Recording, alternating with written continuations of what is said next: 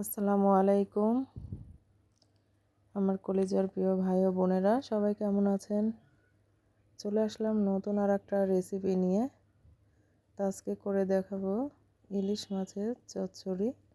তো এখানে প্রথমে আমি কড়াইটা গরম করে তেলটা গরম করে নিয়েছি, মাছটা ভেজে নিচ্ছি।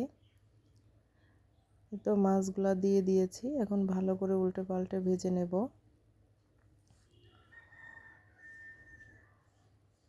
তো আমি ভালো করে উল্টে পাল্টে ভেজে নিচ্ছি। মাছগুলো আমার ভাজা হয়ে গেছে, আমি অফ ক্যামেরায় এটা করে নিয়েছি। তো এখন মাছগুলো আমি তুলে নিচ্ছি।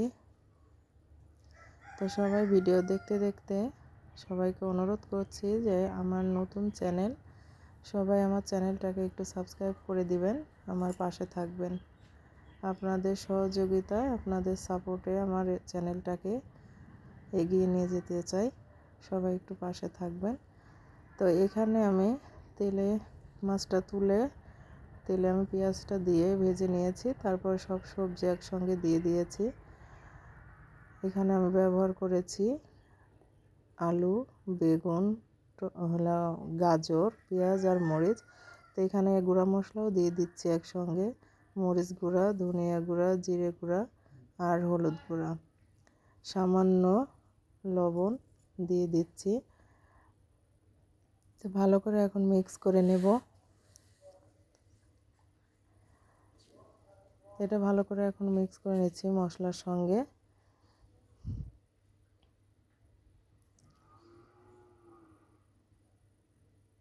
মেশানো হয়ে গেছে, এখন সামান্য একটু পানি দিয়ে আমি ঢাকনা দিয়ে ঢেকে দিব।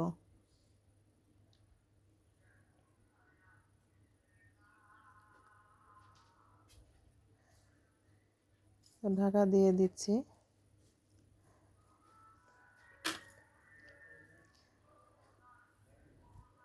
আমি ভালো করে তরকারিটা কষিয়ে নিয়েছি।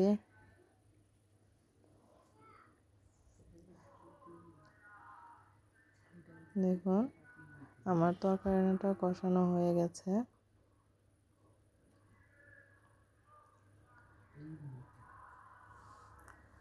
এখন আমি সব মাছ একে একে দিয়ে দিব।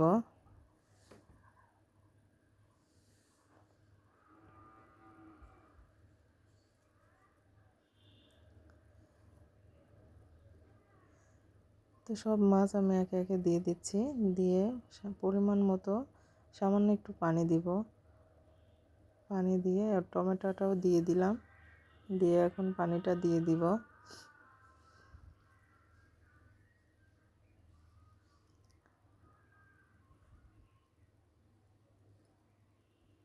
এখন ঢাকনা দিয়ে আমি ঢেকে দিচ্ছি।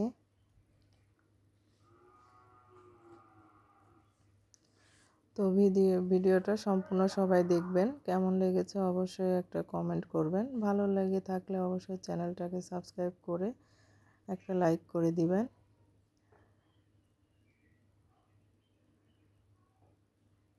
তো আমি ঢাকনা দিয়ে ঢেকে দিচ্ছি।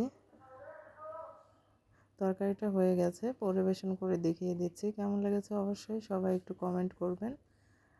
সবাই ভালো থাকবেন, সুস্থ থাকবেন।